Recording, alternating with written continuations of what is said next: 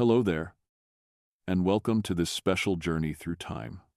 Before we begin, I'd love to know where in the world you're listening from right now. Are you tucked into bed as the sun sets? Perhaps it's already deep into the night where you are. Or maybe dawn is just beginning to break outside your window. Wherever you are, whatever time it is, you're welcome here. Tonight, we're going to explore something fascinating. Something beautiful and terrible all at once. We're going to step into the lives of the pharaohs of ancient Egypt. But not the pharaohs you might think you know. Not the gleaming golden figures from movies and museum displays. No. Tonight we're going to discover the disturbing reality behind those magnificent masks. If you enjoy this kind of relaxing, educational content, I'd be honored if you'd subscribe to the channel.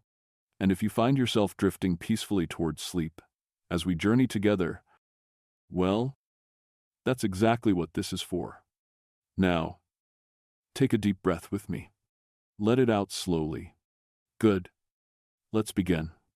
Imagine, if you will, a cage made of gold.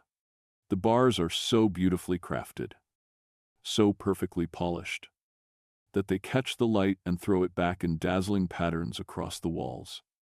The cage is enormous. It has many rooms, gardens with fountains, chambers filled with treasures beyond counting, servants who attend to your every need. But it's still a cage, and you can never, ever leave. This was the life of a pharaoh, a life that looked like paradise from the outside, a life that others would kill for. For Khan. Sacrifice everything to obtain. But from the inside, it was something else entirely. It was a golden prison, and the pharaohs were its most magnificent prisoners. Let me take you back. Way back, over 3,000 years back in time. Picture a land of contrasts so extreme they seem impossible. On one side, the richest river on earth, the Nile, cutting through the landscape like a vein of pure life. Its waters are dark and cool. Its banks are thick with green, growing things, papyrus reeds taller than a man, date palms heavy with fruit, fields of wheat and barley that stretch as far as the eye can see. But step away from that river, just a few miles in either direction, and you find yourself in another world entirely. A world of sand. Endless sand. Golden dunes that roll like frozen waves toward every horizon. The heat here is crushing.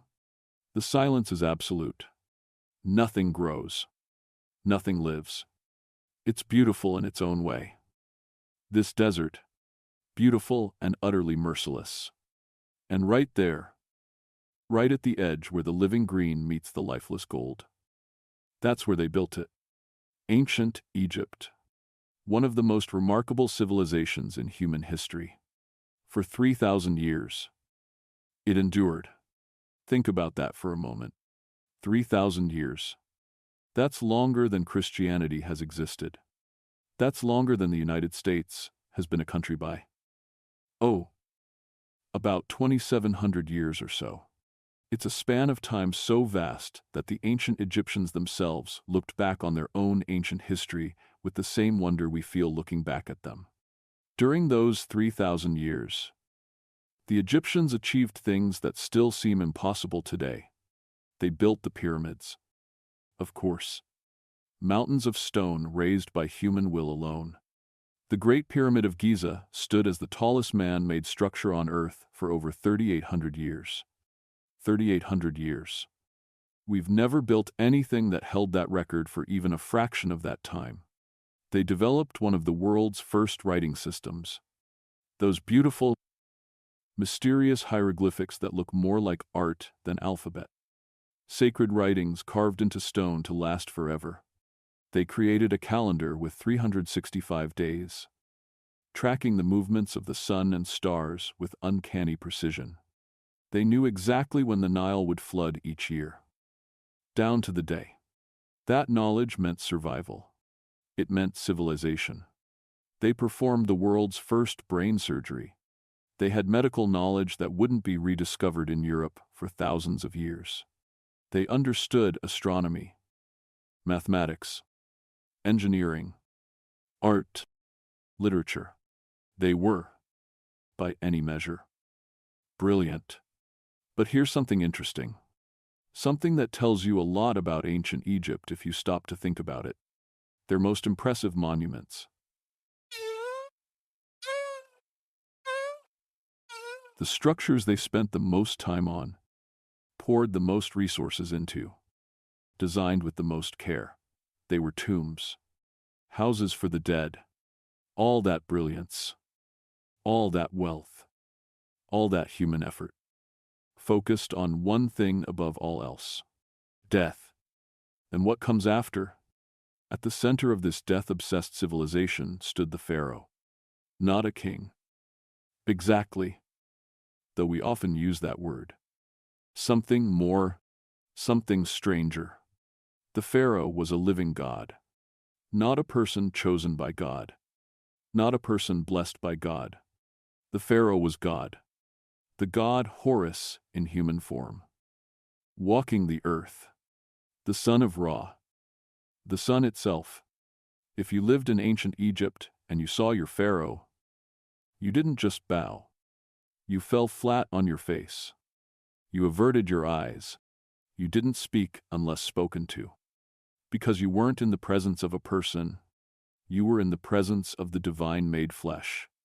In America, we have this idea that all people are created equal. It's right there in the Declaration of Independence. It's foundational to how we think about ourselves and our society.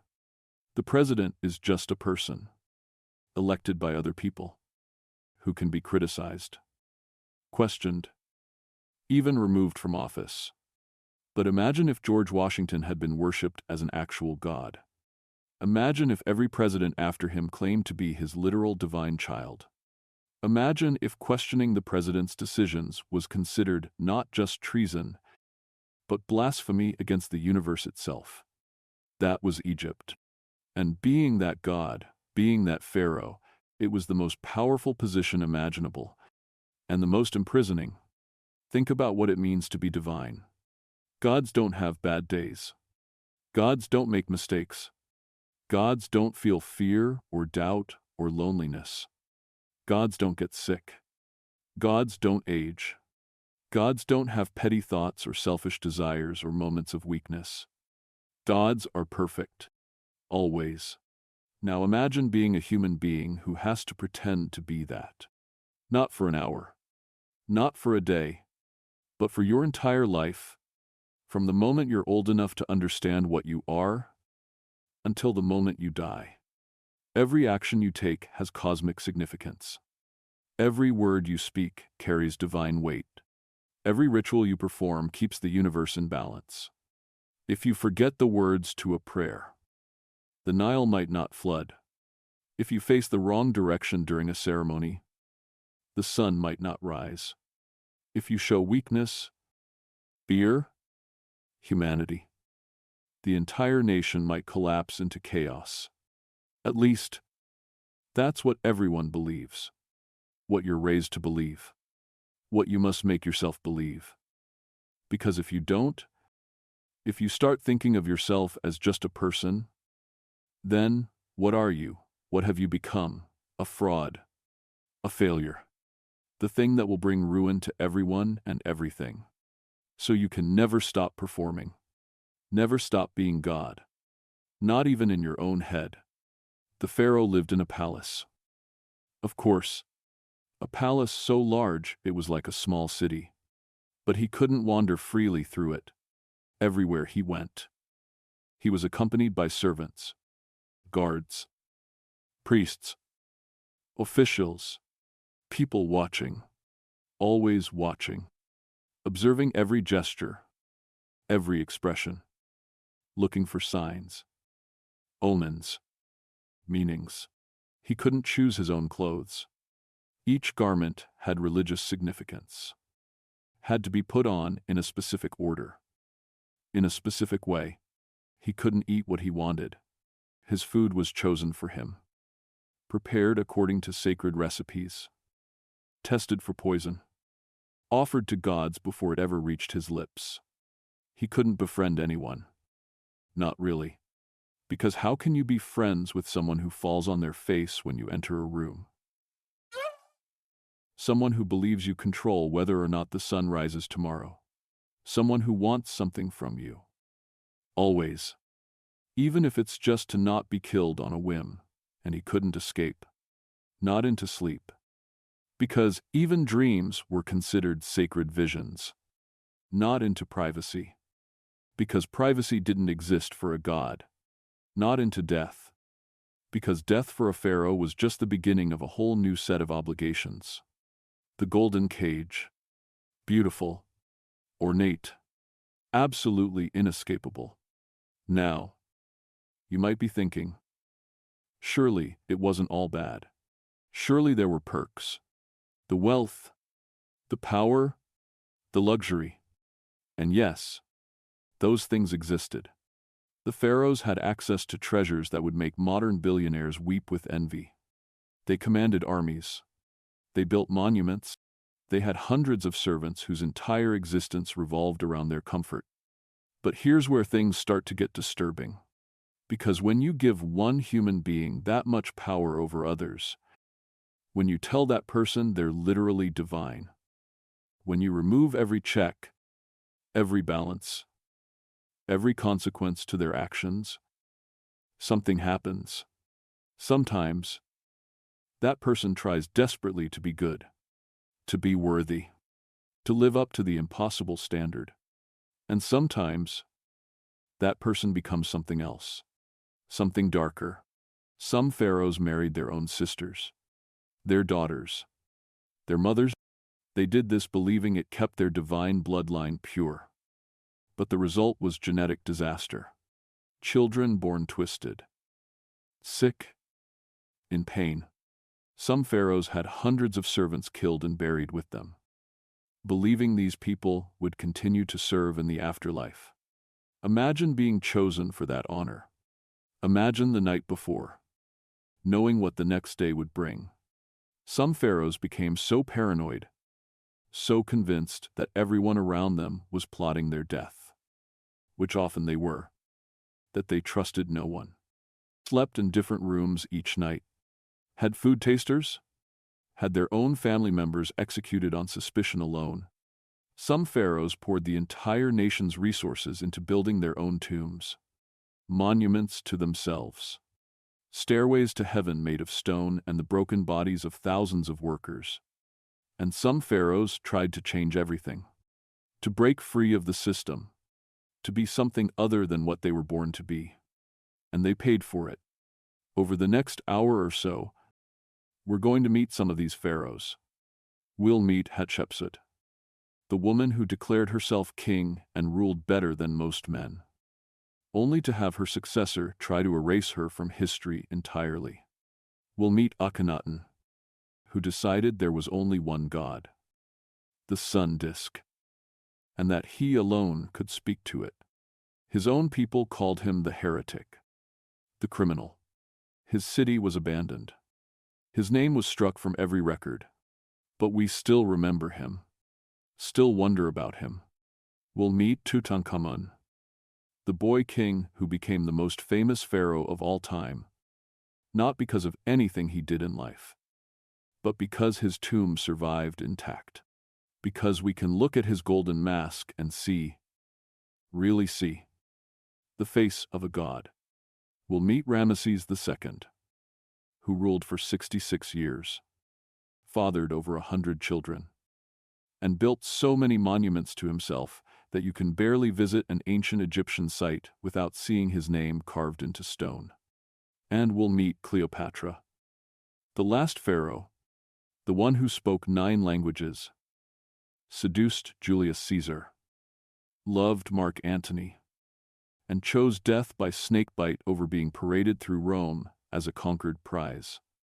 These are their stories, and they are beautiful and terrible and human and divine all tangled together. But before we meet them, Before we dive into their individual lives and deaths and legacies, I want to take you through a single day. One day in the life of a pharaoh.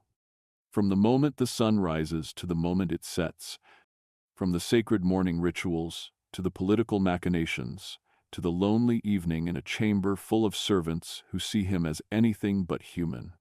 Because once you understand what it was like, day to day, hour by hour, to be a pharaoh, everything else starts to make sense.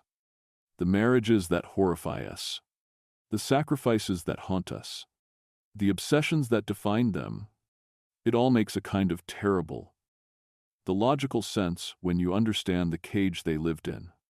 So, let's step back in time. Way back. The year is 1500 BCE. The place is Thebes, the heart of the Egyptian empire at its height. The palace is just beginning to wake. Servants are moving through corridors on silent feet. Incense is being lit in the temples. Musicians are taking their places to serenade the sunrise.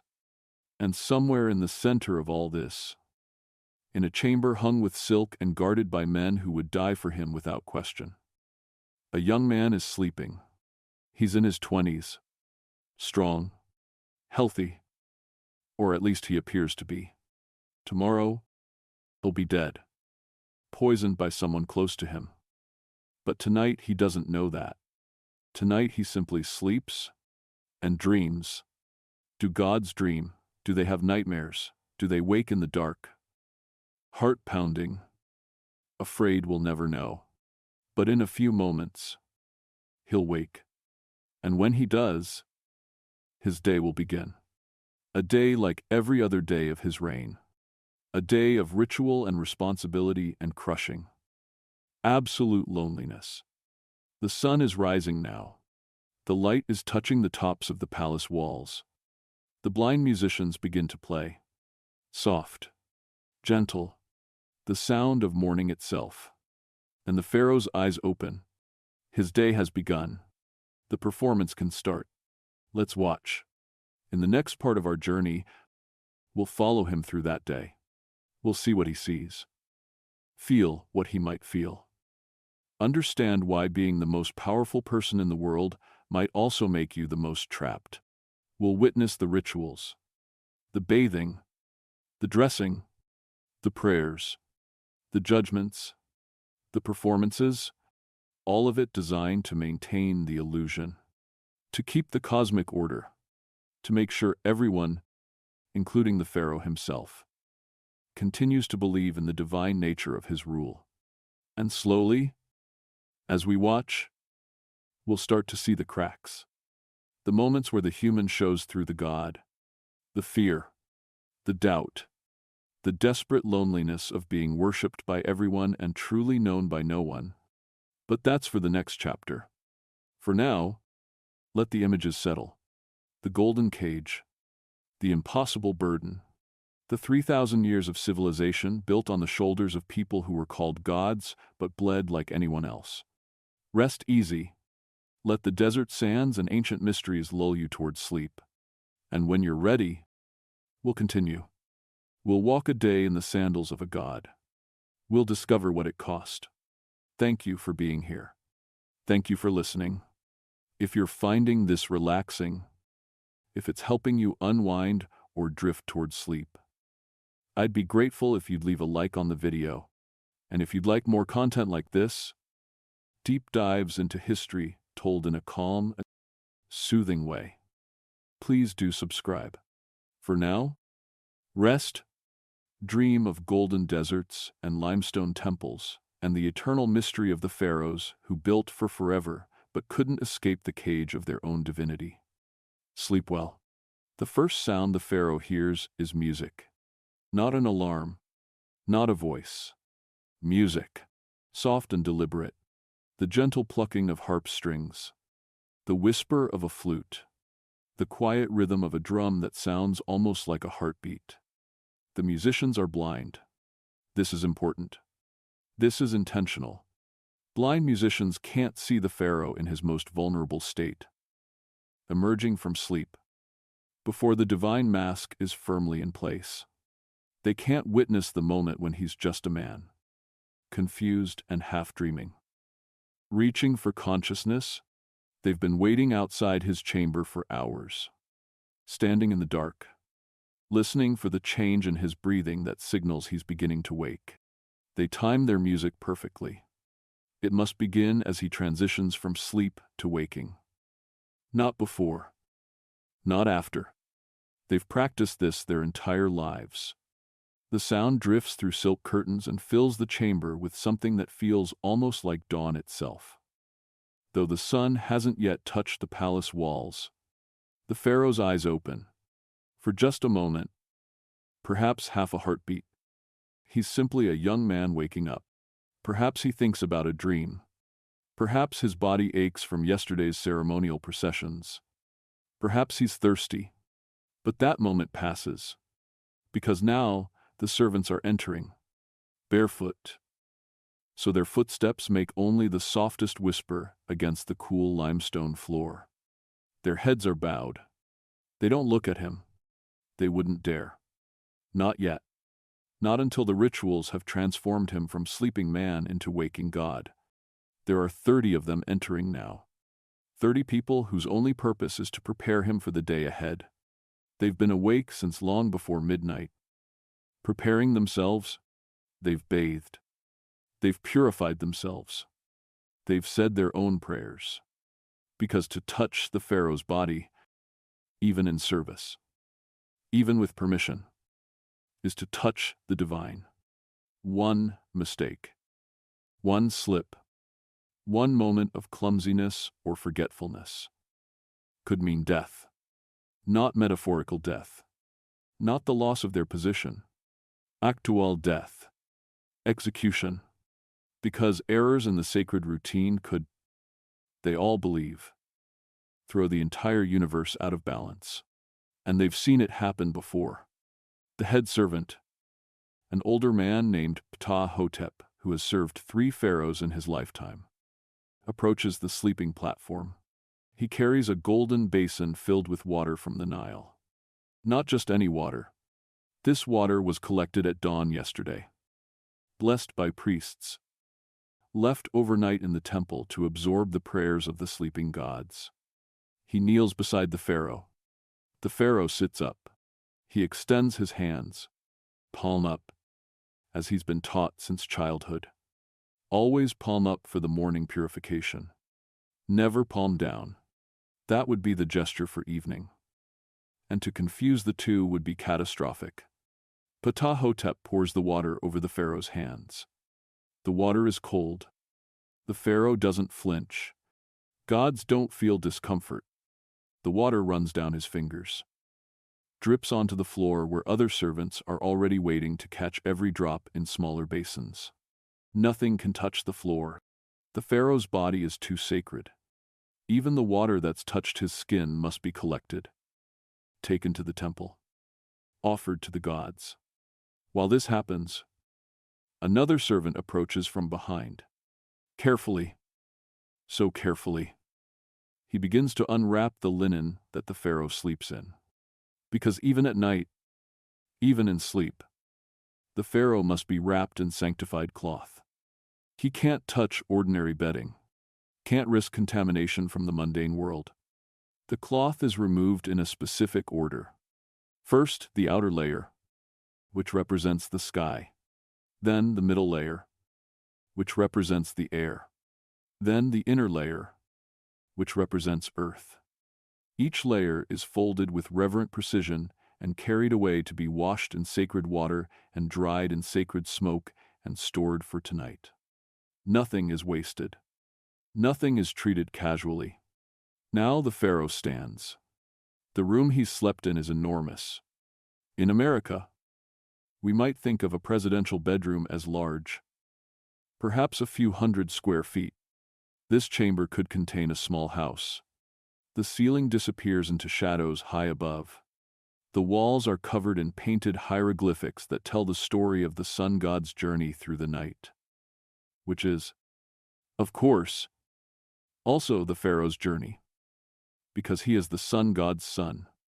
But the chamber is cold. Despite the warm Egyptian climate outside, the massive stone walls hold the night's chill.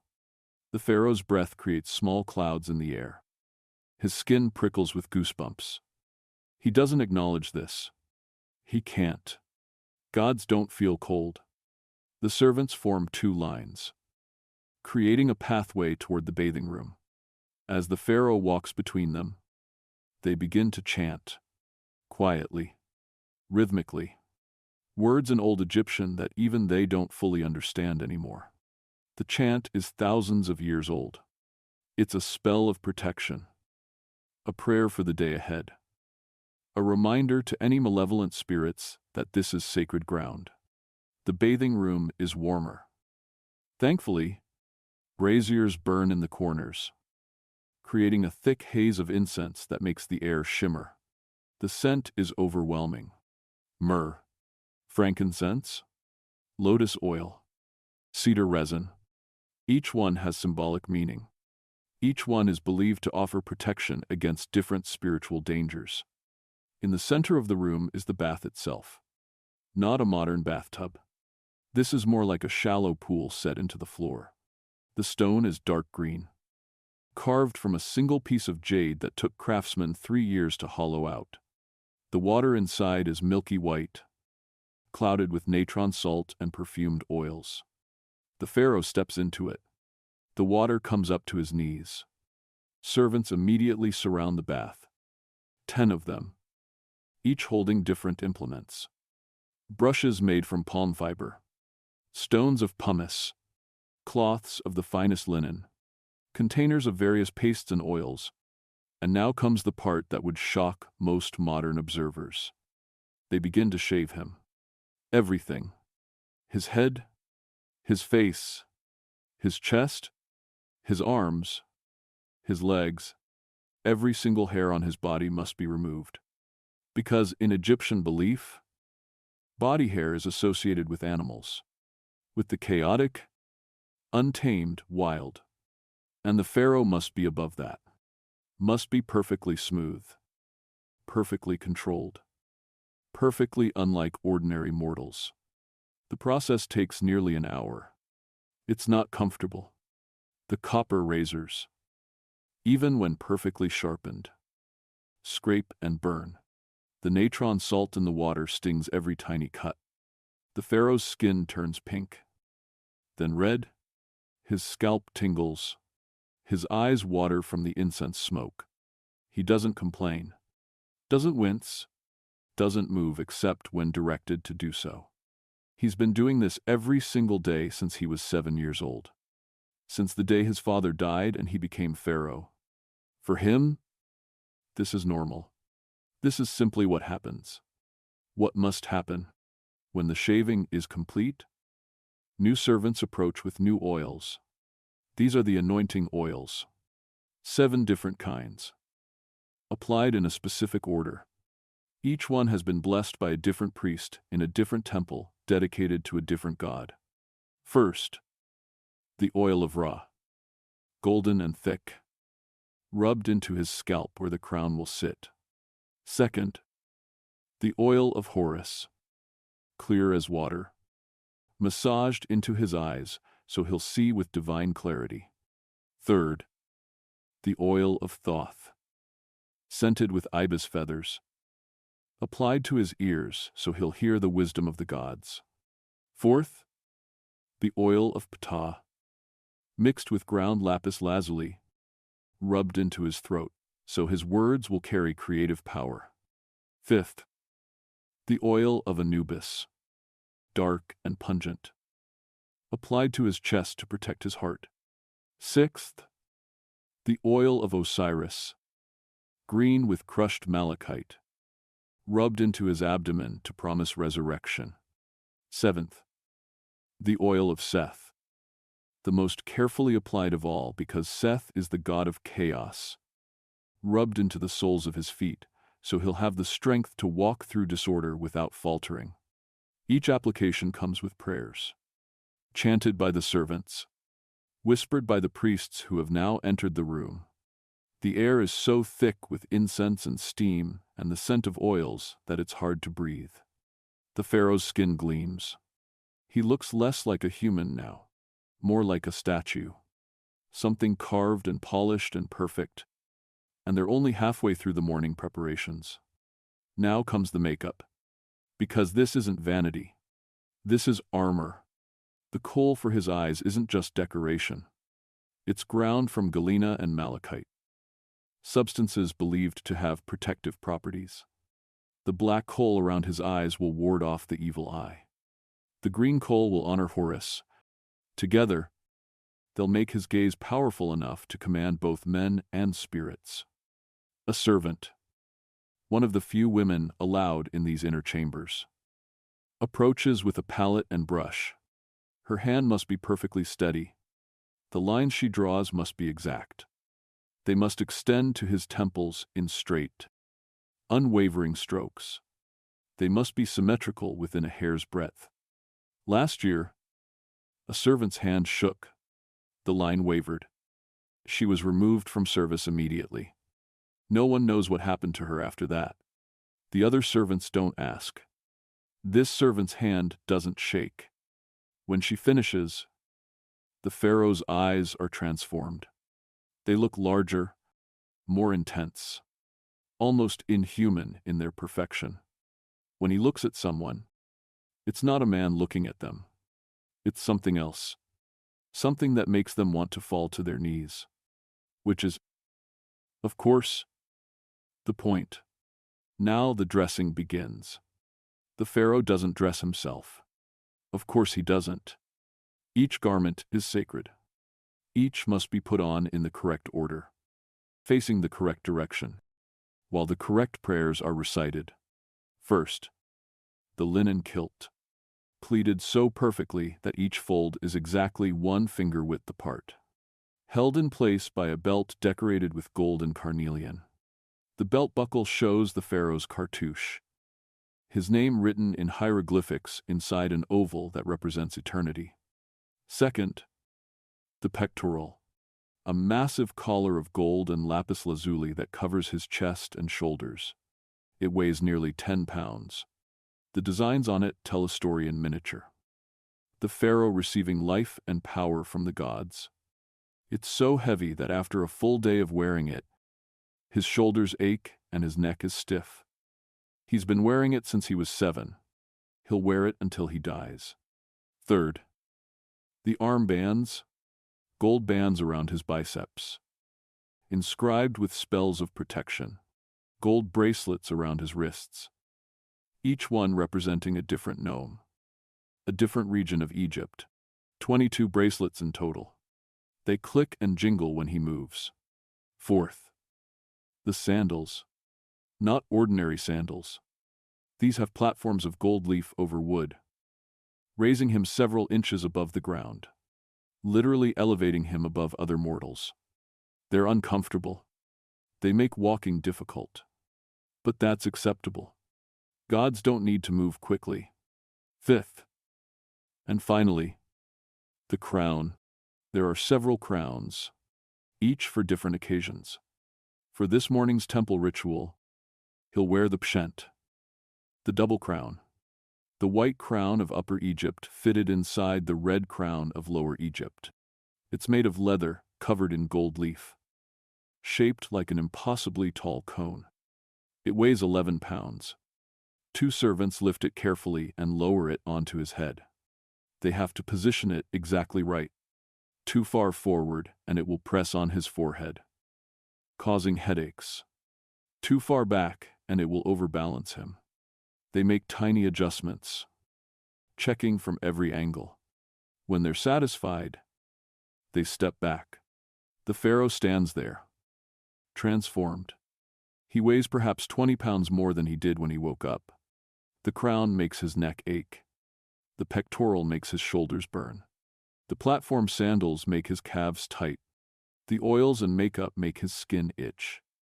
It looks magnificent, godlike, untouchable. And the day has only just begun. The high priest enters the chamber. He bows, not as low as the servants, but still deep enough to show respect. He's one of the few people who can look directly at the pharaoh. though even he keeps his gaze slightly lowered. It's time. He says quietly. For the morning offerings. The pharaoh nods. The movement is careful. Too quick, and the crown might shift. He's learned to move slowly. Deliberately. Like every gesture is weighted with cosmic significance. Which, in a way, it is. They proceed to the temple. It's connected to the palace by a covered walkway. The pharaoh walks slowly. Partly because of the platform sandals. Partly because this is a procession, not a walk. Behind him, a trail of servants and priests. In front of him, more priests swinging censers, filling the air with yet more incense. The temple's inner sanctuary is small, surprisingly small. Just a single room, dark except for oil lamps, dominated by a statue of Amun-Ra. The statue is wood covered in gold leaf, with eyes made of lapis lazuli that seem to glow in the lamplight. This is the moment that matters most. This is why all the preparation, all the ritual, all the pain and discomfort and suffocating perfection, because the pharaoh is going to wake the god. In Egyptian belief, the god's spirit inhabits the statue, but each night it sleeps. And each morning, the pharaoh, as the god's son, must wake it, must open the shrine, must present offerings, must recite the correct spells. If he fails, if he forgets the words or performs the gestures wrong, the god might not wake. And if the god doesn't wake, the sun might not rise, the Nile might not flood, the world might simply end. No pressure. The pharaoh approaches the shrine. His hands are shaking slightly. He hides this by clasping them together in front of him. The high priest begins to chant. The other priests join in. The sound echoes in the small space, building and building until it feels like the walls themselves are vibrating. The pharaoh reaches out. He breaks the clay seal on the shrine doors, the seal that was placed there last night to protect the god while it slept. He opens the doors. Inside, the statue stares out at him with those glowing lapis eyes. The pharaoh begins to recite. The words are Old Egyptian, the language of the earliest dynasties. He learned them phonetically as a child. He doesn't know what all of them mean. No one does anymore. But he's memorized them perfectly. Every syllable, every pause, every rise and fall in pitch. He recites for 20 minutes. His voice is steady. He doesn't stumble, doesn't forget, doesn't pause for breath when he shouldn't. When he finishes, there's a moment of profound silence. Then the high priest smiles. The sun is rising. He says, "The god has awakened." The world continues. The pharaoh feels something. Not quite relief. Not quite pride. Maybe just exhaustion. But he doesn't show it. They present the offerings now. Food and drink and flowers. They clothe the statue in fresh linen. They burn more incense. They chant more prayers. It takes another hour. When it's finally done, when they file out of the temple and back toward the palace, the sun is fully up. The day is beginning for everyone else. For the farmers heading to the fields, for the craftsmen opening their workshops, for the merchants setting up their stalls, for them, the day is simple. They have work to do, tasks to complete. For the pharaoh, the morning rituals are complete. Now comes the real work. The governing, the judging, the endless performances of power and divinity. He proceeds to the audience hall, a vast room with columns that rise like stone trees toward a ceiling painted to look like the night sky. At the far end, elevated on a platform, sits his throne, solid gold, carved with images of his victories over chaos, studded with gems that catch the light and throw it back in rainbow patterns. He walks the length of the hall slowly, Every eye is on him. Courtiers, officials, foreign ambassadors. All of them prostrate themselves as he passes. All of them press their foreheads to the floor. He doesn't acknowledge them. Gods don't need to acknowledge worship. He reaches the throne.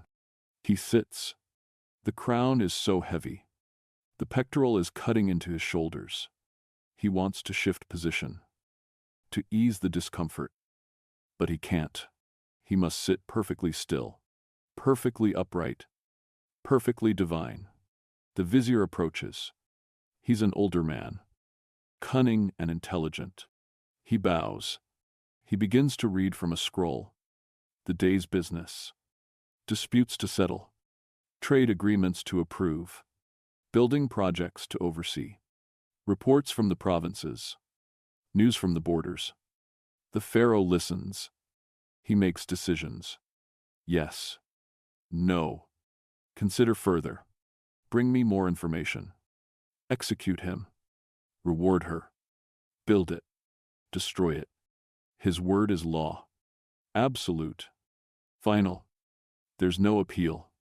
No higher authority. He is the highest authority. He is the law itself, carved in flesh. But he's also dependent on the information he receives.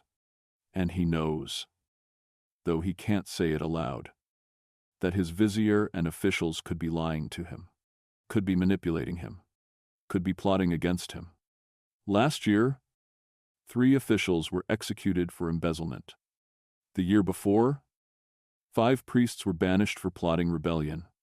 The pharaoh's own uncle was exiled 2 years ago for attempting to poison the wine at a state banquet. Everyone smiles. Everyone bows.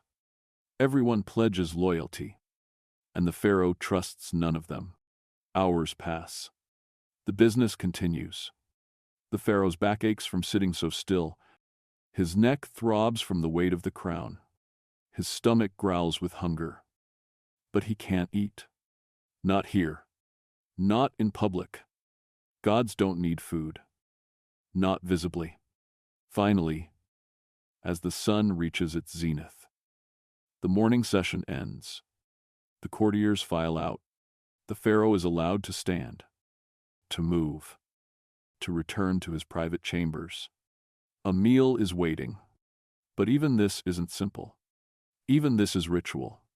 The food has been blessed, tasted by servants to ensure it's not poisoned, offered to gods in miniature portions before being presented to him. He eats alone, watched by servants. But they don't see him eating. They see the god consuming offerings. And tomorrow, it will begin again.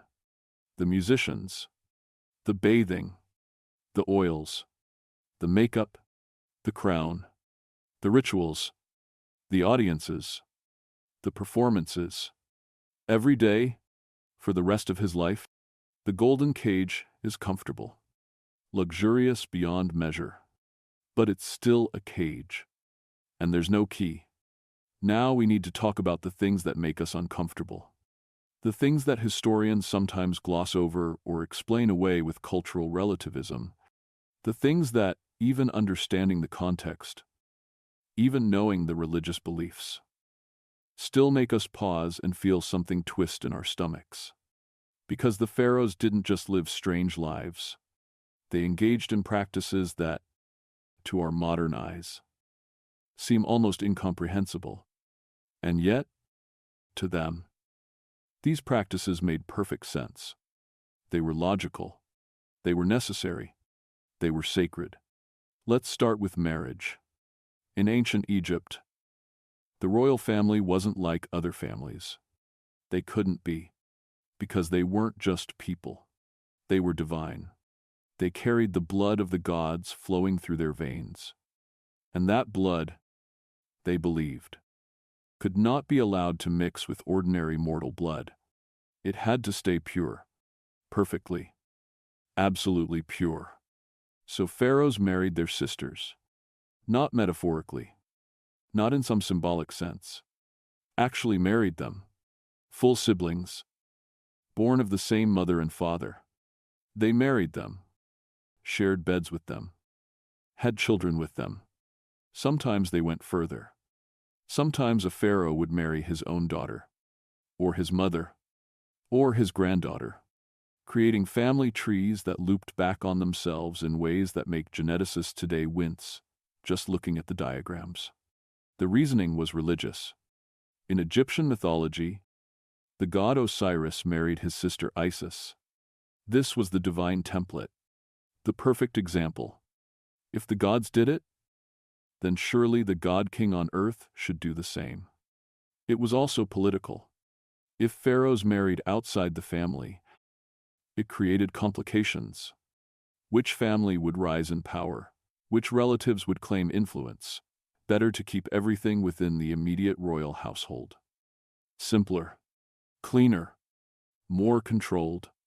But mostly, it was about purity. About maintaining that unbroken line of divinity stretching back to the first pharaohs, who were believed to be literally descended from Ra himself. The Ptolemaic dynasty took this to extremes that shocked even other Egyptians. For over 200 years, the Ptolemies practiced uninterrupted sibling marriage. Brother married sister. Their children married each other. And so on. Generation after generation. Cleopatra VII, the famous one, the last pharaoh, was the product of at least 3 generations of brother-sister marriages. Her family tree had almost no branches. It was more like a pole, the same names appearing over and over. Ptolemy married to Cleopatra, married to Ptolemy, married to Cleopatra. We have her family's DNA now. We can analyze it. We can see what that inbreeding did. And it's not pretty. Tutankhamun's story is perhaps the most heartbreaking. Modern forensic analysis has revealed that his parents were full siblings. We can see it in his bones, in his teeth, in the structure of his skull. He was born with a clubfoot, a condition that made walking painful and difficult. He needed a cane. Multiple canes. Actually, over 100 walking sticks were found in his tomb. A teenager who couldn't walk without assistance. He had a cleft palate. His jaw was misaligned. His hips were feminized. He suffered from a bone disorder called Koehler disease. His immune system was compromised. And yet, in all the art, in all the statues and paintings, he's depicted as perfect, strong, divine, whole. The cognitive dissonance must have been crushing. To be told you're a god, while your body betrays you with every painful step. He died at 19, probably from malaria, complicated by that weakened immune system, complicated by a broken leg that wouldn't heal, complicated by a lifetime of being, genetically speaking, far less diverse than any human should be. His wife, Antesinamen, was also his half-sister, possibly his full sister. They had 2 children. Both were stillborn. Both were mummified and placed in his tomb. Tiny, perfectly formed babies who never took a breath. Their DNA shows the same markers, the same genetic issues. The family line was eating itself from within. But here's the thing. They didn't know. They couldn't have known. Genetics wouldn't be understood for thousands of years. To them, these health problems were just bad luck. Curses. Maybe displeasure from the gods. They never connected it to the marriages. Never realized that what they were doing to preserve purity was actually destroying it. And even if someone had suggested it, even if some ancient Egyptian geneticist had somehow understood, would they have stopped? Could they have stopped? The entire foundation of pharaonic power rested on divine purity. To admit that the practice was harmful would be to admit that the pharaohs weren't divine after all. The golden cage had genetic bars too. Invisible but just as imprisoning. Now let's talk about death. Not just the pharaoh's death. The deaths that surrounded it. The deaths that were required for it. In the earliest dynasties, when a pharaoh died, He didn't go to the afterlife alone. His servants went with him. Not willingly, not metaphorically. They were killed, deliberately, ritually, to serve their master in the world beyond. The archaeological evidence is clear and chilling. Around the tombs of First Dynasty pharaohs, we find subsidiary burials. Dozens of them. Sometimes hundreds, bodies arranged in neat rows. Like soldiers on parade. Like servants waiting for orders that will never come. The tomb of Jir, one of the earliest pharaohs, contained 318 subsidiary burials. 318 people. Men. Women.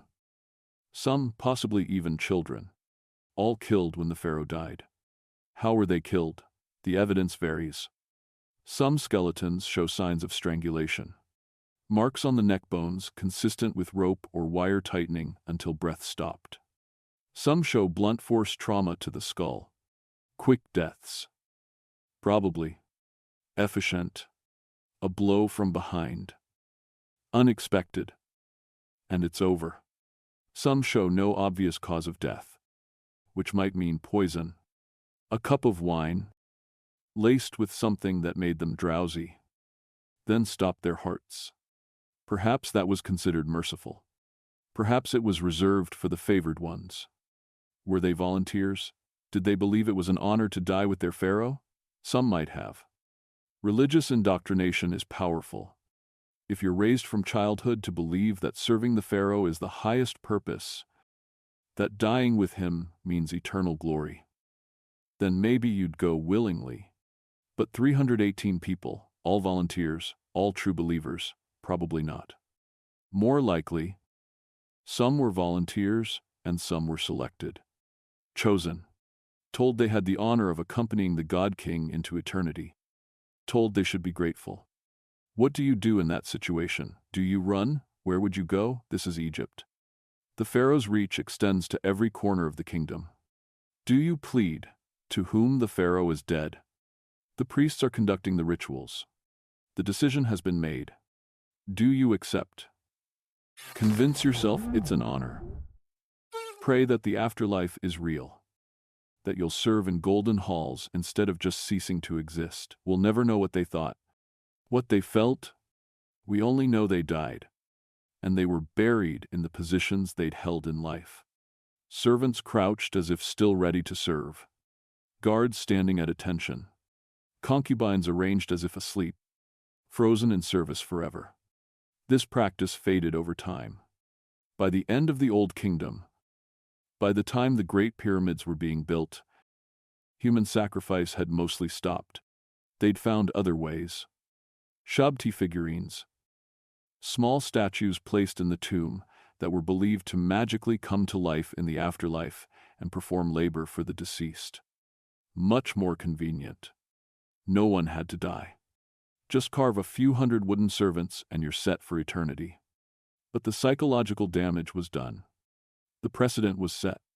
The pharaoh's life, the pharaoh's comfort, the pharaoh's eternity was worth any price, any number of other lives. Because he wasn't just a life, he was the life, the embodiment of everything that kept the universe functioning. What's 318 servants compared to cosmic order? And even after human sacrifice ended, the obsession with death continued, deepened, actually, became more elaborate, more consuming, because death, for a pharaoh, wasn't an end. It was a transformation, a promotion. Really, in life, the pharaoh was a god trapped in flesh. In death, he would be fully divine. He would join Ra in the solar boat. He would travel across the sky by day and through the underworld by night. Forever.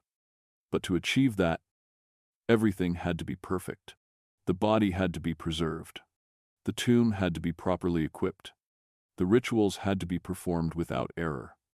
Miss one step and you might not make it. Might be devoured by demons in the underworld. Might simply cease to exist. So from the moment a pharaoh took the throne, he began planning for his death. Not in secret, not morbidly, openly, practically. His tomb was one of his most important building projects. Often the most important. More resources went into preparing for death than for anything else. The Great Pyramid of Khufu. Let's really consider it for a moment. 2.3 million blocks of limestone. Each block weighing, on average, 2.5 tons. Some weighing as much as 15 tons. Quarried, transported, lifted into place with nothing but human muscle. Wooden rollers, copper tools, and geometric precision. It took 20 to 27 years to build. Longer than most modern skyscrapers. Longer than most modern monuments. This was one man's tomb. One man's stairway to heaven. The human cost was staggering. 20,000 workers at minimum. Possibly as many as 100,000. Rotating in shifts during the flood season when farm work was impossible. They weren't technically slaves. We know this now. They were paid. Given food, beer, bread. There was a workers' village with its own bakeries and breweries. A cemetery for workers who died during construction. And many did die. The skeletons tell the story. Crushed vertebrae from carrying heavy loads. Amputated limbs from accidents. Arthritis that set in absurdly young from constant, backbreaking labor. Signs of malnutrition despite the rations. They were fed enough to work, not necessarily enough to thrive. And for what so that Khufu's soul would have a perfect vehicle for ascending to the stars, so that his Ka, his life force, would have a permanent home to return to, so that he could be immortal. Was it worth it? 20,000 lives spent, in various degrees, to preserve one. The pharaohs thought so, had to think so, because if it wasn't worth it, if all that suffering served no purpose, then what were they? Just men, just mortal, just going to die and disappear like everyone else. Unacceptably. Better to believe, better to build, better to pour everything into that quest for eternal life, no matter the cost to others. And the preparation didn't stop at the tomb. The body itself had to be prepared, preserved, made eternal. Mummification. It's become almost quaint in popular culture. Halloween decorations, cartoon monsters. But the reality of it is something else entirely. The process took 70 days. 70 days of carefully controlled decomposition and preservation. First, the body was taken to the embalmer's workshop. This was near the necropolis, the city of the dead, away from the living areas. Because death is unclean, the embalmers themselves were considered impure. Outcasts. Necessary, but tainted. They wore masks. Jackal masks, representing Anubis, the god of embalming, partly for religious reasons, partly, one suspects, to filter the smell. Because, despite what movies suggest, mummification isn't a clean process. The body begins to decompose immediately after death. Within hours, the embalmers had to work quickly. First, they removed the brain. They did this by inserting a long hook up through the nose, breaking through the ethmoid bone, and then, essentially, scrambling the brain tissue, turning it liquid. Then they'd turn the body face down and let it drain out through the nostrils. The brain wasn't considered important. They didn't know what it did. They thought consciousness resided in the heart. Next, they made an incision in the left side of the abdomen, reached inside, removed the stomach, intestines, lungs, and liver. These were important. These were preserved separately, placed in canopic jars, each protected by a different god. The heart stayed in the body. It would be needed in the afterlife. It would be weighed against the feather of Ma'at. Truth and justice. If the heart was lighter than the feather, the deceased could enter paradise. If heavier, it would be devoured by Amit, the soul-eating demon. No pressure. With the organs removed, the body cavity was washed with palm wine and filled with natron, a naturally occurring salt. The body was then covered entirely in natron and left for 40 days. The natron drew out all the moisture, completely desiccated the flesh. What remained was leathery, darkened, barely recognizable as human, but preserved. That's what mattered. After 40 days, the natron was removed. The body was washed again. The cavity was packed with linen, resin, sawdust, whatever would give it shape again, make it look more lifelike. Then the wrapping began, layer after layer of linen bandages, each layer anointed with oils, each layer accompanied by prayers and spells. Between the layers, amulets were placed, sacred objects meant to protect the deceased on their journey. Scarabs, eyes of Horus, jed pillars representing stability. The face was covered with a mask. For important people, for pharaohs, this mask was gold. A perfect, idealized face, forever young, forever beautiful, forever divine. The finished mummy barely looked human. It looked like an artifact, like an object, which, in a sense, it was a vessel, a carefully prepared container for the soul's return. But underneath all those wrappings was a person. Someone who'd laughed, who'd been afraid, who'd loved and been loved, who'd lived and died and been transformed into this thing. The first time you see a real mummy, not in a movie but in a museum, standing close enough to see the details, it's unsettling. Because you can see where they were human. You can see the outline of bones under the wrappings. Sometimes actual skin visible through gaps. Sometimes hair. Sometimes fingernails. And you realize this was someone. This was real. 3,000 years ago. This was a pharaoh. Worshipped as a god. Commanding armies. Judging nations. Surrounded by luxury and power. Now they're in a climate-controlled case. Under glass.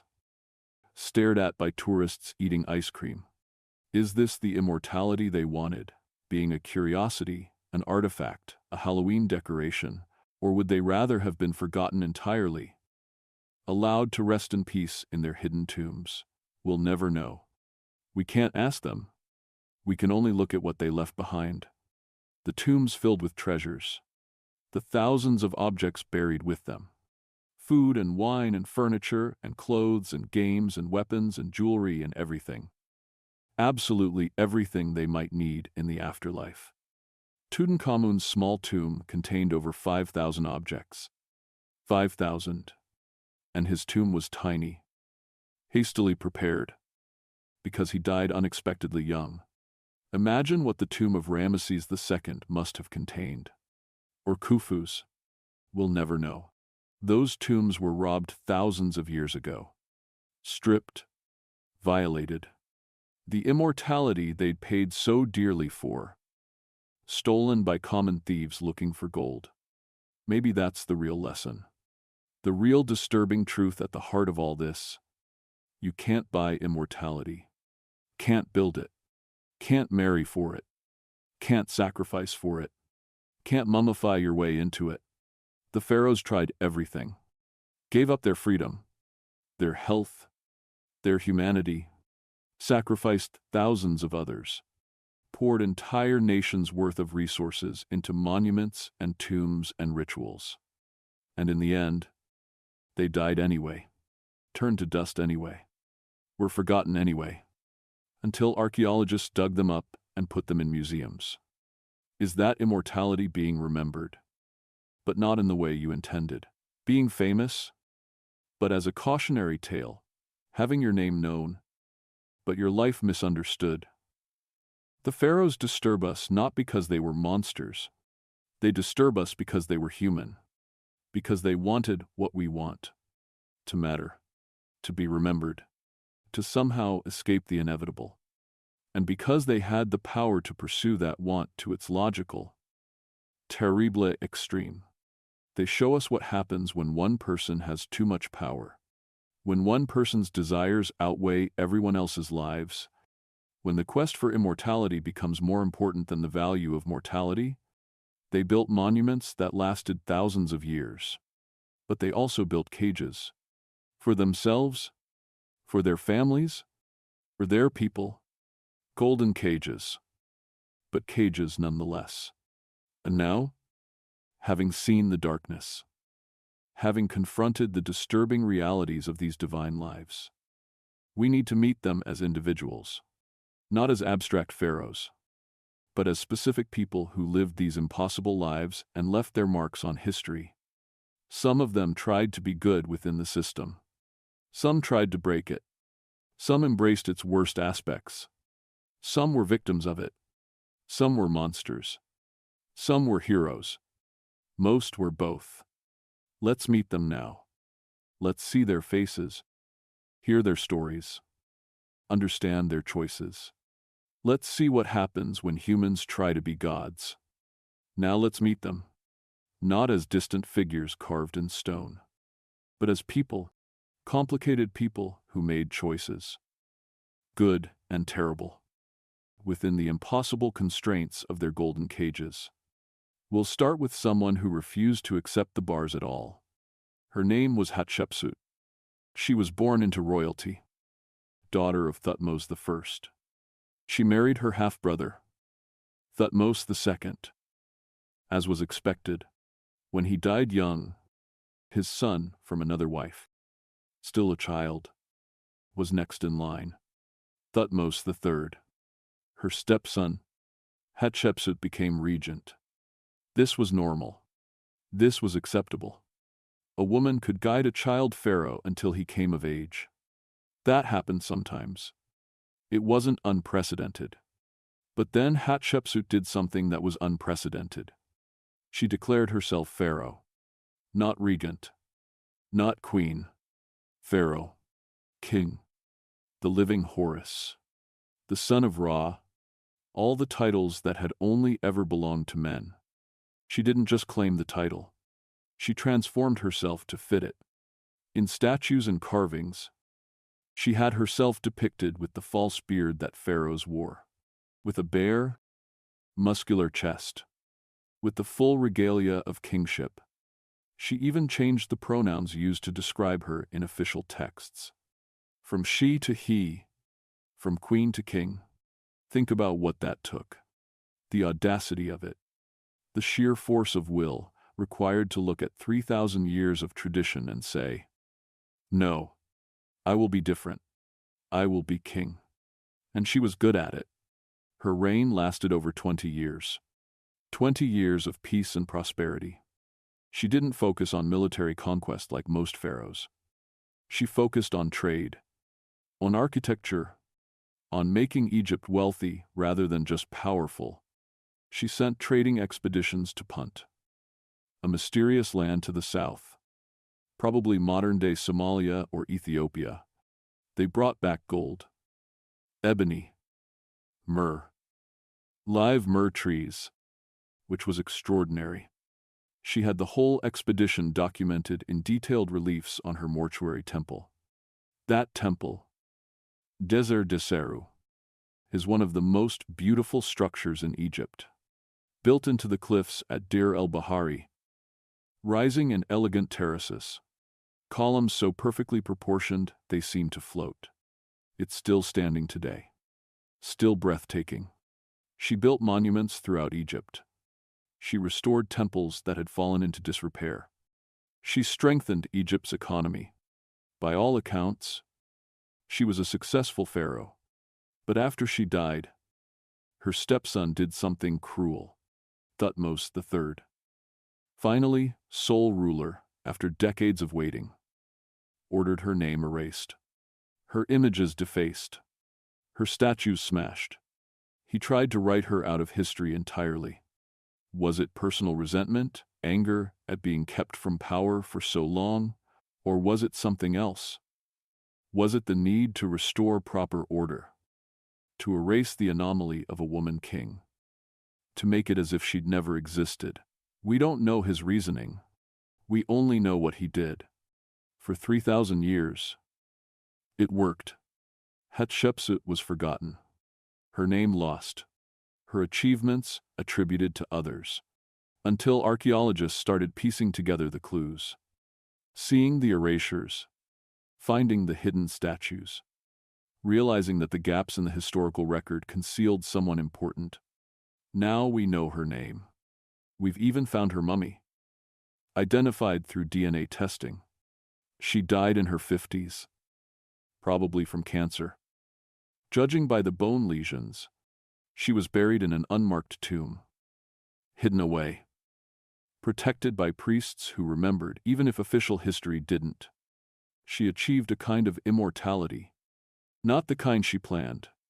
Not through her monuments. Though they survived. Through her audacity. Through being the woman who looked at an impossible barrier and simply stepped through it. In America, we like to think we're progressive. We like to think we're ahead of the curve on equality. But Egypt had a female pharaoh 3,400 years ago. And the patriarchy tried to erase her from existence for it. Some things, it seems, are universal. Now let's talk about a different kind of rebel. His name was Amenhotep IV. But he changed it.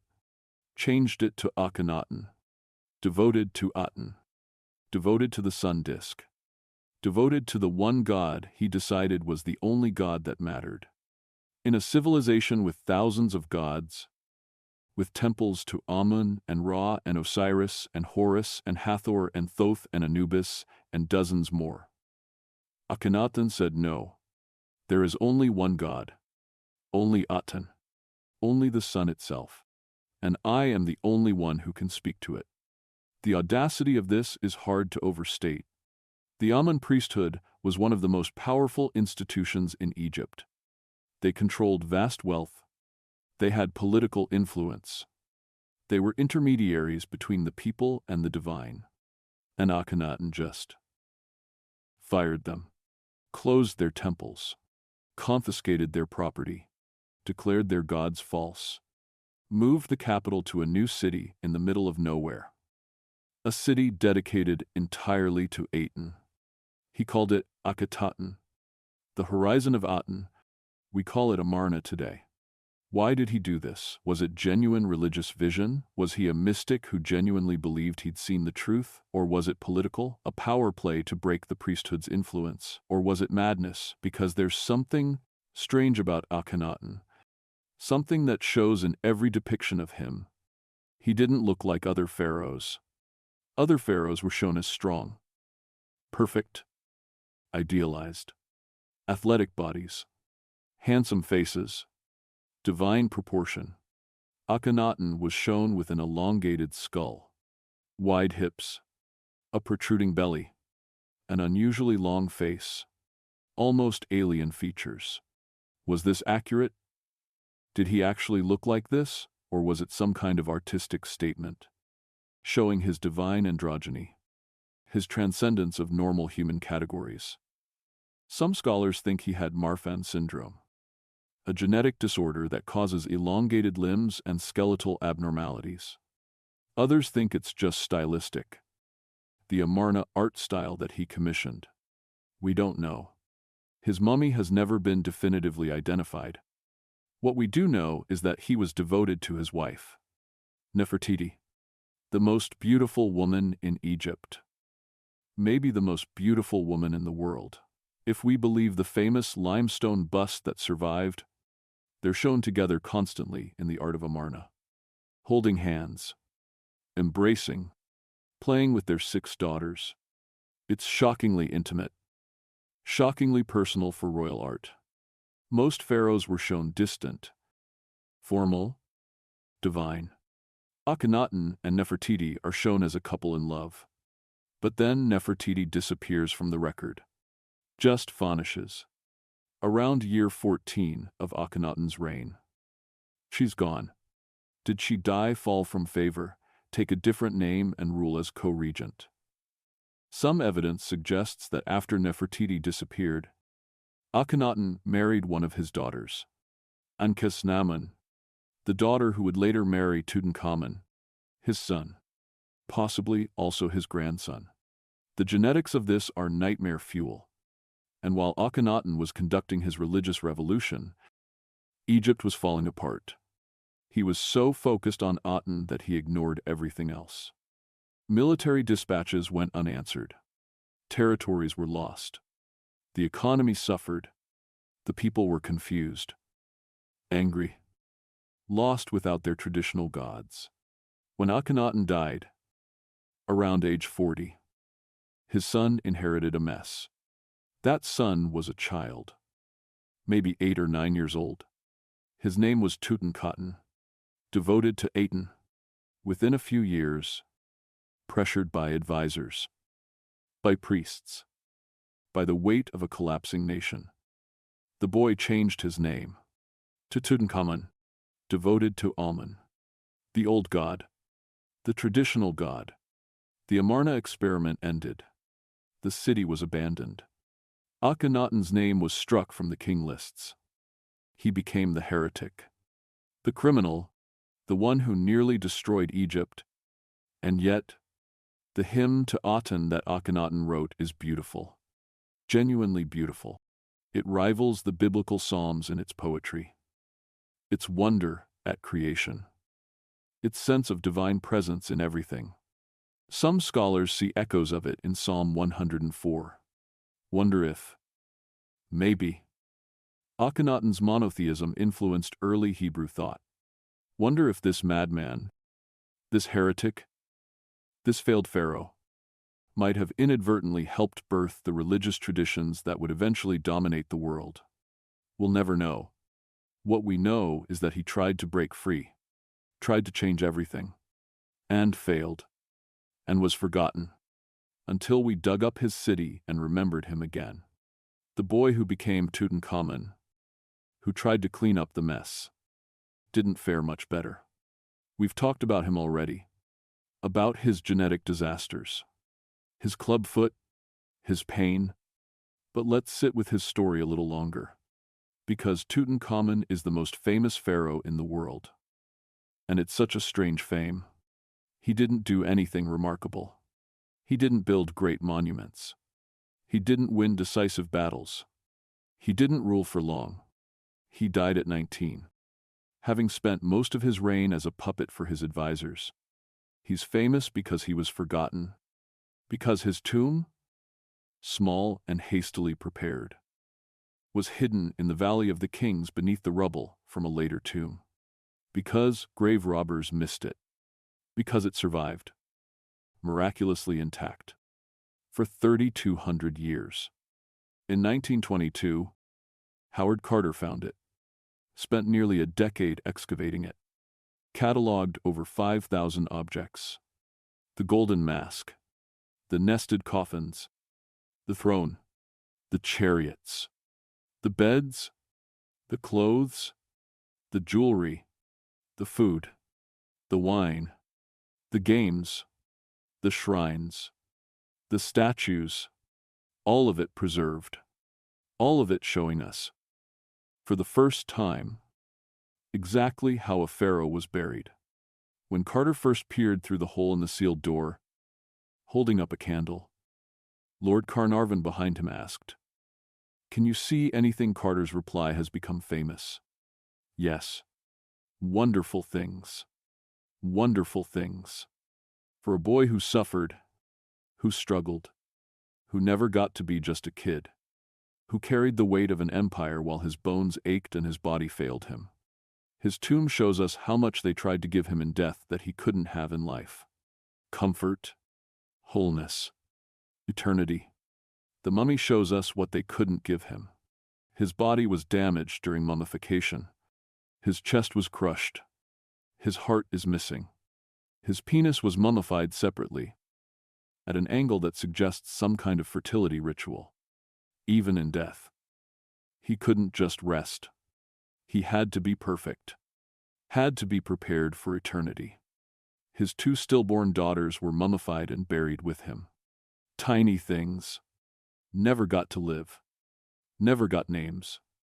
Really. Just identifiers. Daughter 1. Daughter 2. The family line ended with him. All that divine blood, all that genetic purity, it produced a boy who couldn't walk right, couldn't father healthy children, couldn't survive past his teenage years. The golden cage crushed him. Genetically, politically, spiritually, and then made him the most famous pharaoh in history for it. There's a bitter irony in that. Now let's meet someone who seemed to love his cage, who decorated it, who filled it with mirrors so he could admire himself from every angle. Ramesses II. Ramesses the Great, or, depending on your perspective, Ramesses the Narcissist. He ruled for 66 years. Think about that. 66 years. Longer than most people live. Even today, he outlived many of his own children, fathered over 100 of them, with multiple wives and concubines, and he spent those 66 years building and carving his name, his face, his accomplishments, his divine greatness. Abu Simbel, 4 colossal statues of Ramesses, each 67 feet tall, carved into a cliff face, sitting in judgment forever, staring across the desert, proclaiming his power. Inside, more Ramesses. Everywhere Ramesses. Even the small statue of Nefertari, his beloved wife, only comes up to his knee in the carvings. The Ramesseum, his mortuary temple, dominated by a fallen colossus that once stood 60 feet tall. A statue of Ramesses so large that Shelley wrote a poem about it. Ozymandias, look on my works, ye mighty, and despair. Except the mighty statue is broken, lying in pieces, the face half buried in sand. A warning about hubris, about the impermanence of human glory. Ramesses wouldn't have cared. He built it to last forever. The fact that it fell just proves that forever is longer than stone. He also had a habit of usurping other pharaohs' monuments. See a statue, chisel off the original name. Carve in Ramesses. See a temple, add your cartouche everywhere. Make it yours. He did this so extensively that for a long time, archaeologists thought he'd built more than any other pharaoh. Then they started looking closer, started finding the erased names underneath, started realizing that Ramesses was taking credit for others' work. He even did it to his own father's monuments. Seti I, who'd actually been a great builder and warrior. Ramesses took credit for his accomplishments too. But Ramesses wasn't just about monuments. He fought wars. Most famously, the Battle of Kadesh against the Hittites. According to Ramesses' account, carved on practically every temple wall in Egypt, it was the greatest military victory in history. He, personally, single-handedly, turned the tide of battle, charged into the enemy army alone, killed thousands, secured total victory. According to the Hittite account, which still exists, it was basically a draw. Both sides retreated. Both sides claimed victory. Eventually, they signed a peace treaty as equals. But in Egypt, Ramesses made sure everyone knew he was the victor, the warrior, the savior of Egypt. He even had the story carved on his mummy wrappings. Just in case the gods forgot, his mummy is in the Cairo Museum now. You can see his face, strong features, long nose, red hair, preserved after 3,000 years. The hair of a god.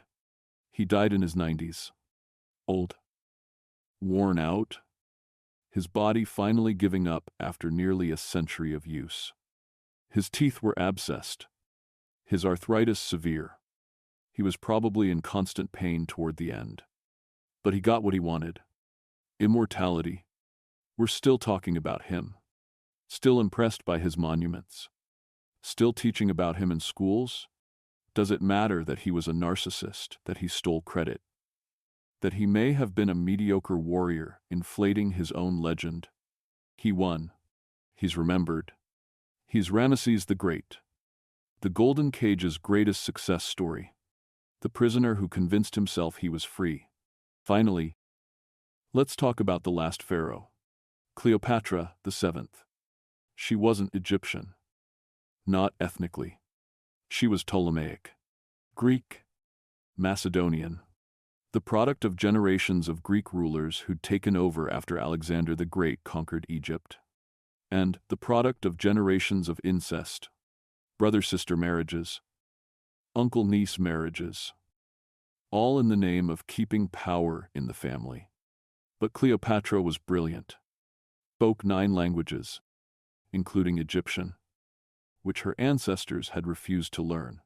She was educated in rhetoric, philosophy, astronomy, mathematics. She understood politics. She understood power. She also understood that Egypt was no longer the dominant power. Rome was rising. Egypt was wealthy, but weak. She needed Rome's protection. So she seduced Julius Caesar. Not with looks? Probably. The coins show her with a rather prominent nose. A strong chin. Not the Hollywood beauty we imagine. But with intelligence, with charm, with political savvy, she made herself indispensable to him. Had his child. Caesarion. Positioned herself as his partner in the East while he ruled the West. When Caesar was assassinated, she pivoted, aligned with Mark Antony, seduced him too. Though this time, maybe, it was more than politics. Maybe they actually loved each other. They certainly put on a good show. Lavish parties, public displays of affection. Antony giving her Roman territories as gifts, declaring her and Caesarion rulers of the East. Rome didn't like this. Octavian, Caesar's heir, didn't like this. He declared war. The Battle of Actium, 31 BCE. Cleopatra and Antony's combined forces against Octavian's navy. They lost. Antony fled back to Egypt with Cleopatra. Octavian followed, defeated them again. Antony committed suicide, fell on his sword, died in Cleopatra's arms. According to the legend, Cleopatra was captured. Octavian planned to parade her through Rome in chains, display her as a conquered queen. A warning to anyone who opposed Rome. Cleopatra chose differently. The story says she smuggled an asp, a cobra, into her chambers. Let it bite her. Died from the venom. Maybe, or maybe it was poison. A quick-acting toxin hidden in a hairpin or a ring. We'll never know. What we know is she died on her own terms. Denied Octavian his triumph.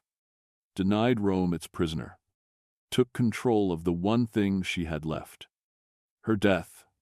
She was 39 years old. With her death, the age of pharaohs ended. Egypt became a Roman province. The temples were neglected. The old gods forgotten. 3,000 years of civilization. Over. But Cleopatra won her immortality too. Not through monuments. Through story. Through legend. Through becoming a symbol of doomed love. Dangerous beauty. Female power. Shakespeare wrote about her. Hollywood made her into a spectacle. Her name is known worldwide. The last pharaoh. The last one in the golden cage. And she chose to die free rather than live imprisoned. Maybe that's the most fitting end to their story.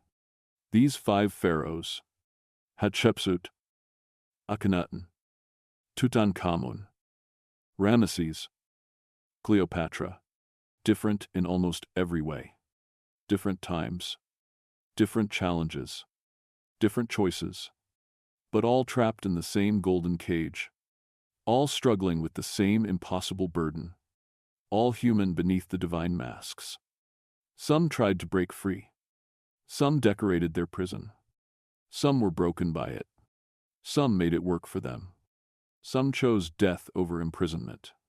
But all of them, every single one, wanted the same thing: to be remembered, to matter, to somehow transcend death and live forever. And in that, at least, they succeeded. We remember them. We tell their stories. We stand before their monuments and their mummies and feel something: awe, wonder, perhaps a little fear. They've been dead for thousands of years. But they're not gone. They're still here. Still speaking to us. Still teaching us about power and humanity and the price of divinity. The golden cage couldn't hold them forever after all. So, what have we learned? Traveling through these golden cages. Walking beside these god kings. Witnessing their triumphs and their failures. Perhaps the most striking thing is the paradoxes. The contradictions that defined every aspect of their lives. Unlimited power, but zero freedom. They could order anyone's death with a word. But they couldn't choose what to eat for breakfast. They commanded armies but couldn't walk through their own palace without an entourage. They had hundreds of servants but not a single friend. Worshipped as gods but utterly alone. Everyone bowed before them. But no one truly saw them. They were surrounded by people every moment of every day. Yet they lived in a loneliness more profound than any hermit in the desert. Because loneliness isn't about being physically alone. It's about being unseen, unknown, misunderstood. And how can anyone understand a God obsessed with immortality but terrified of death? They spent more resources preparing for death than living life. The bigger the tomb, the bigger the fear behind it. The more elaborate the mummification, the more desperate the hope. They were running from death while simultaneously planning for it, building monuments to it, making it the central focus of their entire existence. Divine status, but human frailty. They were called gods, but they got sick like anyone else. They broke bones. They suffered genetic disorders from inbreeding. They aged. Their teeth rotted. Their joints ached. The divine mask never quite covered the human face beneath. And perhaps the cruelest paradox of all, they built for eternity but were forgotten anyway. The pyramids stood for thousands of years. But the pharaohs who built them faded from memory. Their names were lost. Their tombs were robbed. Their mummies were scattered. The immortality they'd sacrificed everything for came in a form they never expected. Not through their monuments, but through our curiosity. Not through worship, but through archaeology. In America, we have a saying: it's lonely at the top, but we can't really imagine how lonely. Our presidents serve 4 or 8 years. Then they get to be regular people again. They write memoirs. They give speeches. They're free. The pharaohs were never free. From the moment they were born into royalty, they were trapped. And if they became pharaoh, the cage locked forever. No escape, no retirement, no moment of just being human. Until death.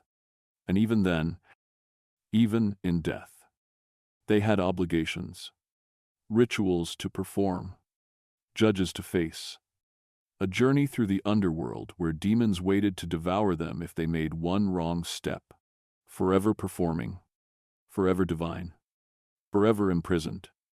And yet, for all that, they were still people, still human beneath the gold and the makeup and the heavy crowns.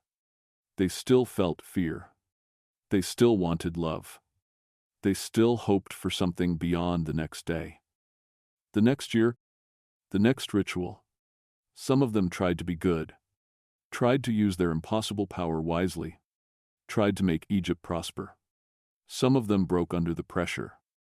became paranoid, became cruel, became the monsters their enemies always said they were.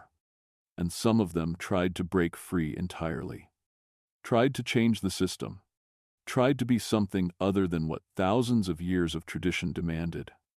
They all failed in different ways, or succeeded in ways they never intended. The mysteries continue. Even now, thousands of years later, modern archaeology keeps revealing new secrets. DNA analysis shows us family relationships, tells us who was whose child, whose sibling, whose parent, confirms the incest we suspected, shows us the genetic damage it caused. CT scans let us look inside mummies without unwrapping them. We can see their injuries, their diseases, the ways they died. Tutankhamun's clubfoot, Ramesses' arthritis, the malaria parasites still detectable in ancient blood. Chemical analysis of their teeth and bones tells us what they ate, where they grew up, where they traveled. We can trace trade routes through the minerals in their bodies. And we keep finding new tombs, new mummies, new artifacts, each one teaching us something we didn't know. In 2007, they identified Hatshepsut's mummy through DNA matching and a tooth found in a canopic jar. We can look at her face now. See the woman who declared herself king.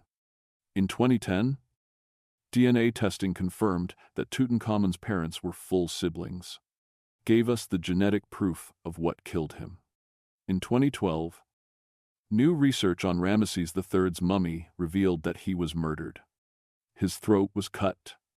The conspiracy theories recorded in ancient texts were true. In 2015, some archaeologists claimed they'd found evidence of hidden chambers in Tutankhamun's tomb, possibly Nefertiti's burial chamber, sealed behind a false wall. The jury's still out on that one. The mystery continues. And that's fitting. Somehow, the pharaohs wanted to be mysterious, wanted to be beyond human understanding, wanted to be unknowable gods. They succeeded, but not in the way they planned. We understand more about them now than anyone has for 3,000 years. But we still don't fully understand them. Can't fully grasp what it was like to live in those cages. Can't fully comprehend the weight of being divine. We can only look at the evidence, make our guesses, tell their stories as best we can, and wonder, always wonder, where is Nefertiti's mummy? What really happened to Akhenaten? How were the pyramids really built?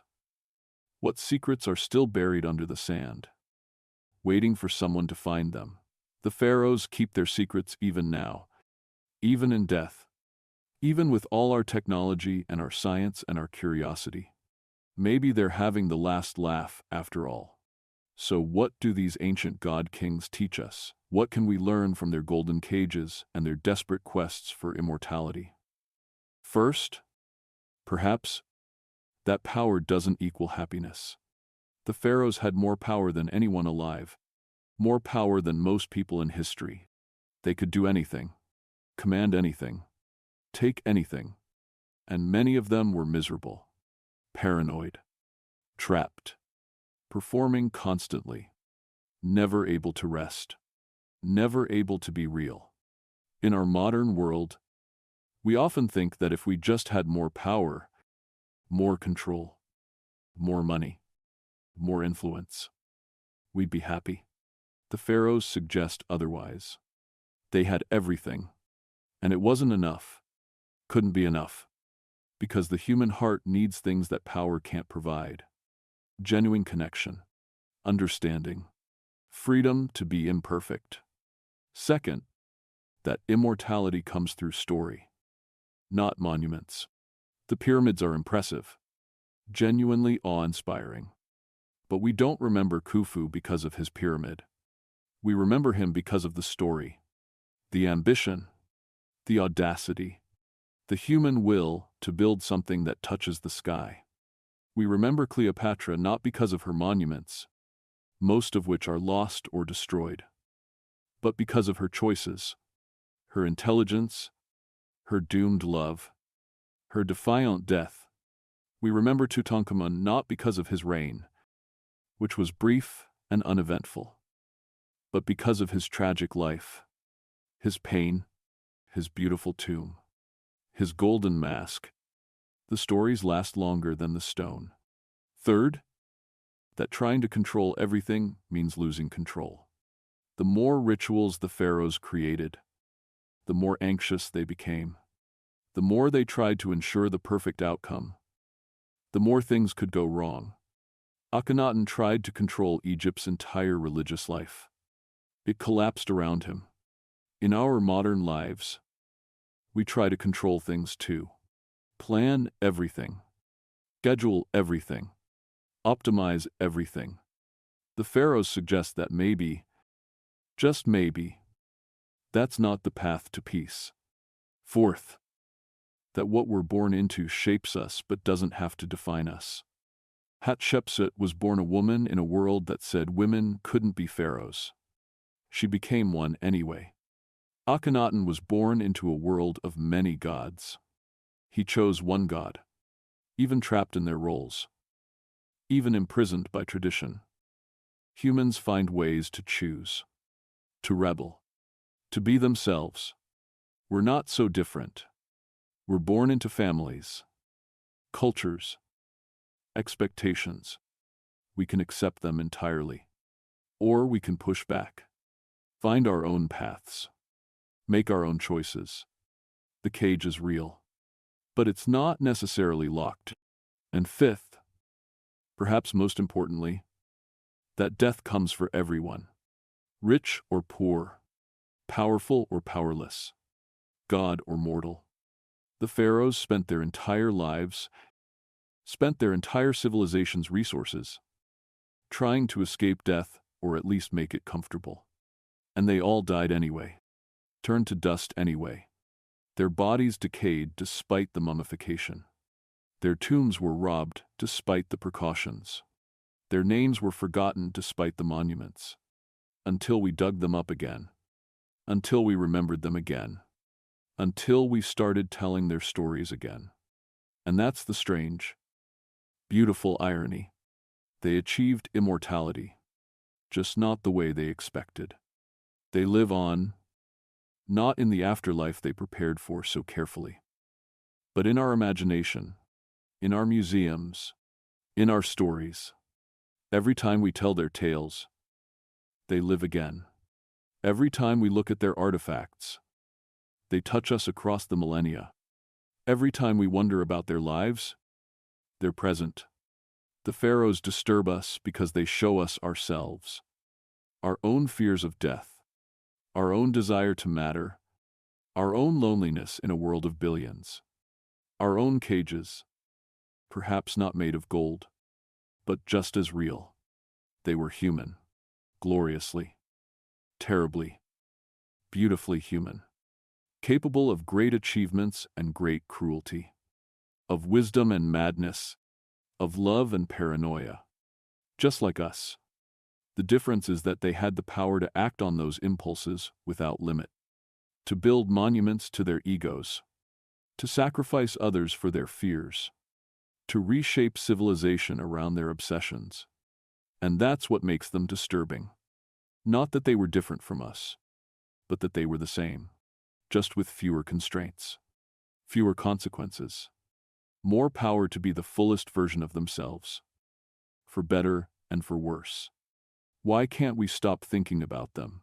Why do the pharaohs still fascinate us after 3,000 years? Perhaps it's the aesthetic, the gold, the hieroglyphics that look like art, the massive monuments that make us feel small, the mystery of a civilization that seemed to understand something about eternity that we've lost. Perhaps it's the timescale. 3,000 years of continuous civilization. Longer than Christianity. Longer than Islam. Longer than any modern nation-state. It makes our lives feel brief by comparison. Makes us want to reach backward. To touch something that endured. Perhaps it's the contradiction. Brutal and beautiful. Oppressive and artistic. Scientific and superstitious. They contain multitudes. They refuse to be simple. Perhaps it's that we can see their faces. The mummies make it real. We can stand before Ramesses II in the Cairo Museum and look at his actual face. His skin. His hair. We can see the person, not just the idea of the person. The actual human being who lived and breathed and died. It's the ultimate time travel. The ultimate confrontation with mortality. We look at them and see ourselves. Temporary. Fragile. Desperately wanting to matter. And in that moment, the pharaohs win. Because they wanted to be remembered. And we remember. So as you drift towards sleep tonight, let yourself imagine for a moment. Not being a pharaoh. Not having that impossible power and that unbearable loneliness. But imagine being someone who has walked through their world and emerged on the other side. Someone who has seen the golden cages and understood them. Someone who has learned from their mistakes. Someone who knows. Now, what matters? You've seen their triumphs and their tragedies. Their achievements and their cruelty. Their humanity beneath their divinity. And maybe, just maybe, you've learned something about your own life, your own fears, your own desires for immortality and significance. The pharaohs built pyramids. They built monuments. They built elaborate tombs and filled them with gold. But you don't need to build pyramids to matter.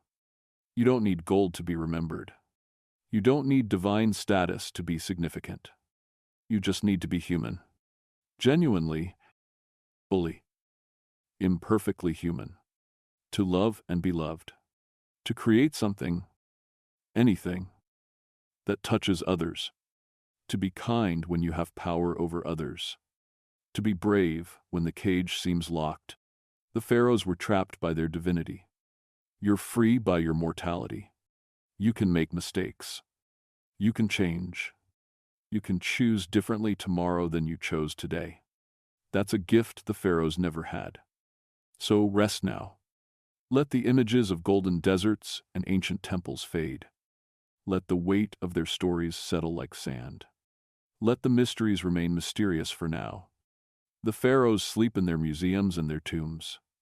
They've been sleeping for thousands of years. They'll sleep for thousands more.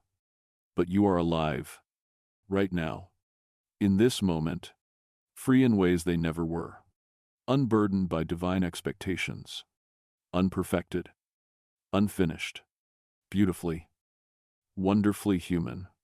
Sleep well. Dream of golden pyramids if you like. Dream of limestone temples and painted hieroglyphics. Dream of the eternal mysteries. But wake up grateful for your small, brief, perfectly ordinary life.